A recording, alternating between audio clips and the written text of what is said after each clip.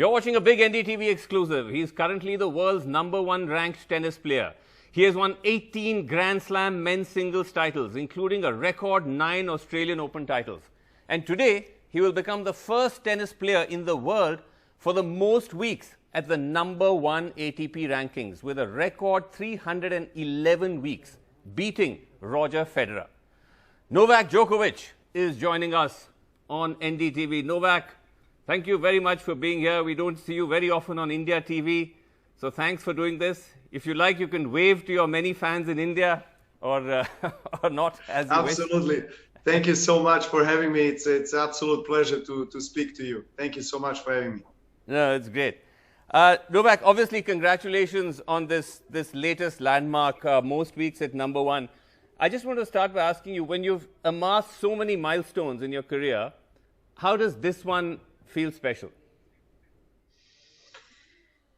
I think this achievement is something that I dreamt of when I was a kid, starting to play tennis, and it's kind of a tribute to the love and commitment that I have for the sport, and I hope that I can keep going and playing at this level, because the thirst of competition and being part of the professional tennis world is still there.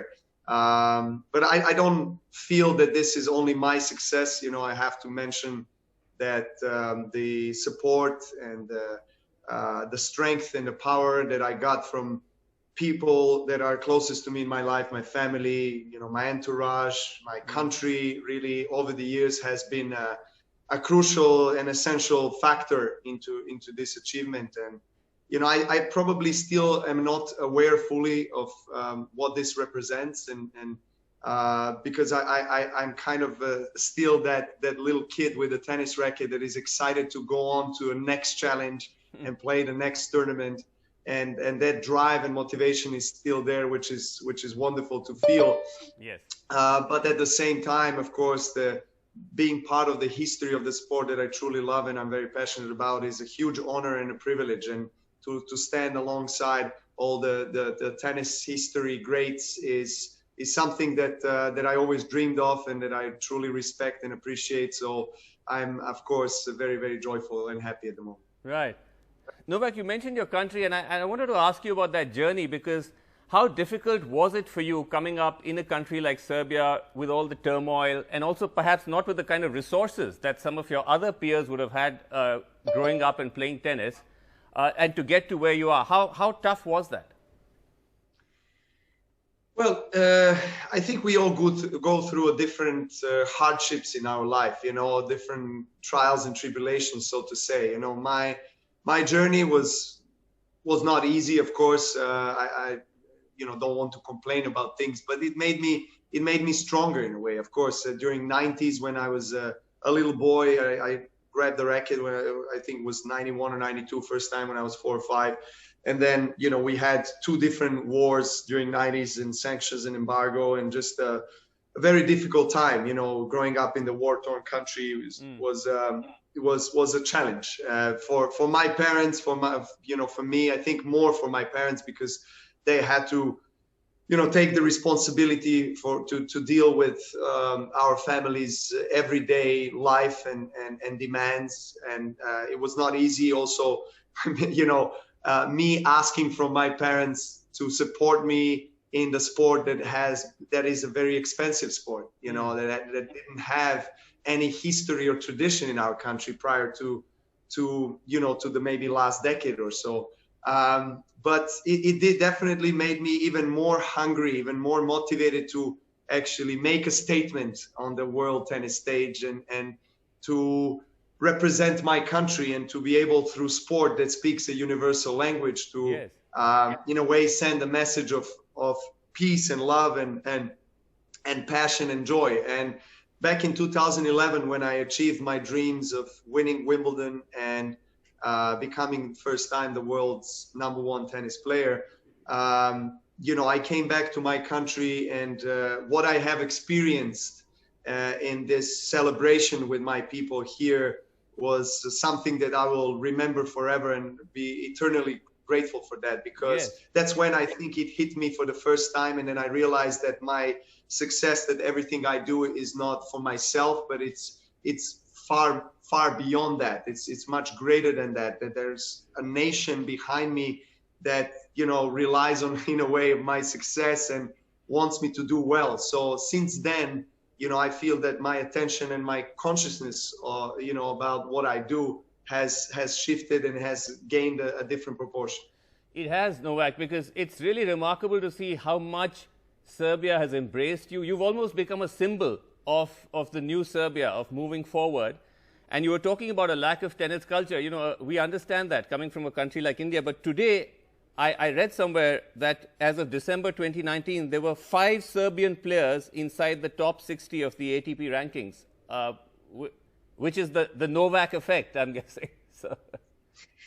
Well, the last 15 years have been very successful for Serbian tennis. And as I have said, you know, before, we are a nation of more team sports, you know, basketball, volleyball, you know, football. Those are the sports that we have traditionally have done well in the last 50 years.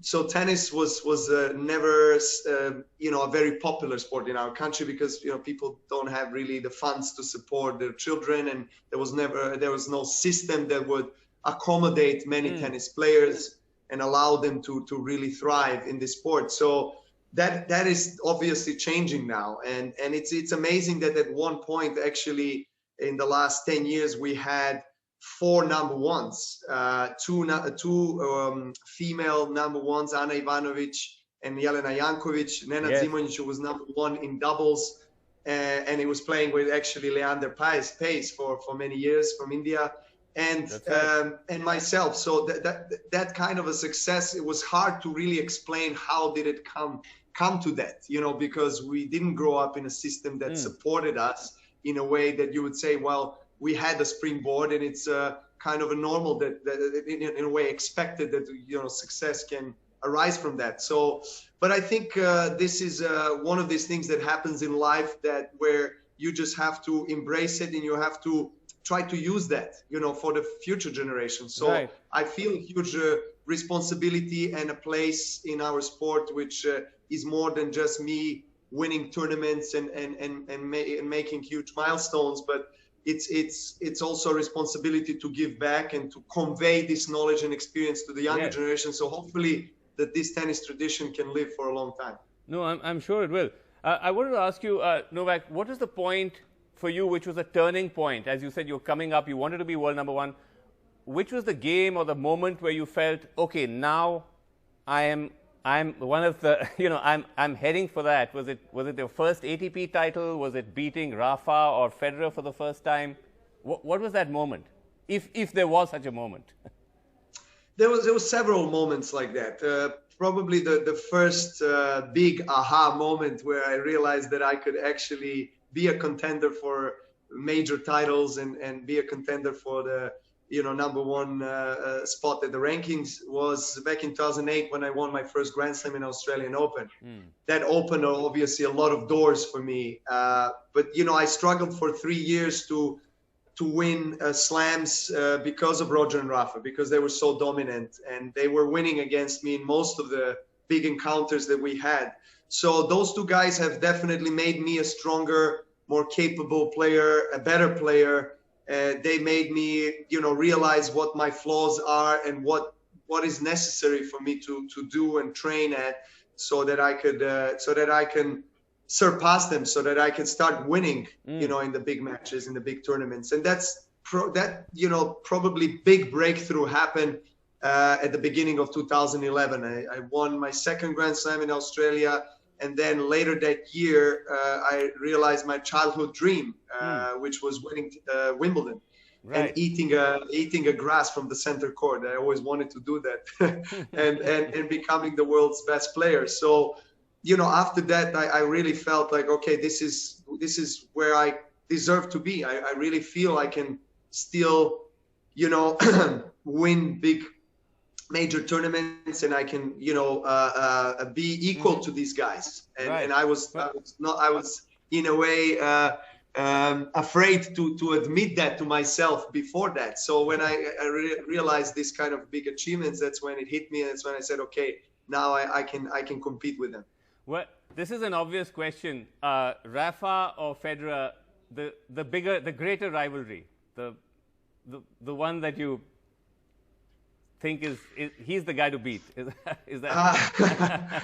Well, both of these guys have been so special in my career, in my life. I mean, it's hard to pick one of them because you know, I always had both of them. You know, I always had to compete against both of them because they were so dominant, so good, and so consistent, and they were not absent from the tour, you know, longer than several months in the last 15 years that I can recall ever since I played professional tennis. Right. I've played, I think, against Rafa more than any two players have played against each other in history of the sport. I think more than 55 times. And I played Roger almost 50 times as well. So not far off. And they have such two different tennis styles, and the way they play, the way they, you know, they behave on the court and off the court. So I had to adjust differently to Roger and differently to Rafa. Right. But I'm so grateful that I have the rivalries with them and that I was part of this era. I was probably not so happy and so grateful to be part of their era at the beginning of my career, because they were winning against me so much that you know, I was hoping that I could be in part of different era. But today I stand and I can say that I'm definitely pleased to share the stage with them, because they definitely made me the player I am today. Who do you, because, you know, the big three, all of you, you're so dominant and so for such a long time, who do you see coming up? Who you think could be the next? I know you still have a long way to go, but I'm saying at some point, who do you think would be the next Rafa, the next Novak, the next Federer? Well, Dominic Thiem has proven to be a contender for Grand Slam titles. I mean, he has won his first Slam last September in New York. From Austria. And then you have Daniil Medvedev from Russia, who is going to become a world #2 very soon on the rankings, and he's definitely deserving that because his results in the last you know, 15 to 20 months have been tremendous. And then, of course, you have Zverev, Tsitsipas, those players from the next generation that are very tall, very powerful players, very dynamic, very quick, and just have huge serves. And, you know, tennis has changed. And the new generation of top tennis players are very tall and very powerful. So the points are shorter and very, very dynamic. So I felt like I also personally, probably Roger and Rafa as well, had to adjust to that. You know, the surfaces also speed up as well. So the last question to you, because I'm told we're out of time. What would you say to young players coming up in a country like India, which in some ways, like Serbia, we don't have a great tennis tradition. The facilities aren't that good. It is still an elite sport. What would your advice be to them? Well, first of all, I think the essential ingredient is passion and love. You know, I still feel that excitement of holding a tennis racket that I felt when I was 4 or 5 years old. So I feel that you know, kids need to fall in love with this sport. They need to fall in love with spending time on the court. It needs to bring joy to them, because this is the most essential emotion that the kid needs to feel. Because if the child doesn't enjoy spending time on the tennis court or playing other sports or anything really, then it becomes a burden. It becomes the hurdle, and it shouldn't be that way. So, well, what I can say personally is that I'm going to use the opportunity to come to India very soon, hopefully in the near future, and hopefully I can transfer and convey some of that passion to youth in India. And, you know, maybe with Leander Paes and, you know, other Indian tennis legends, we can start something that could be a nice for Indian tennis. That'll be fantastic, Novak. We really look forward to having you here. And thank you very much indeed for doing this. Congratulations once again, my friend. Thank you very much. Thank you very much for having me.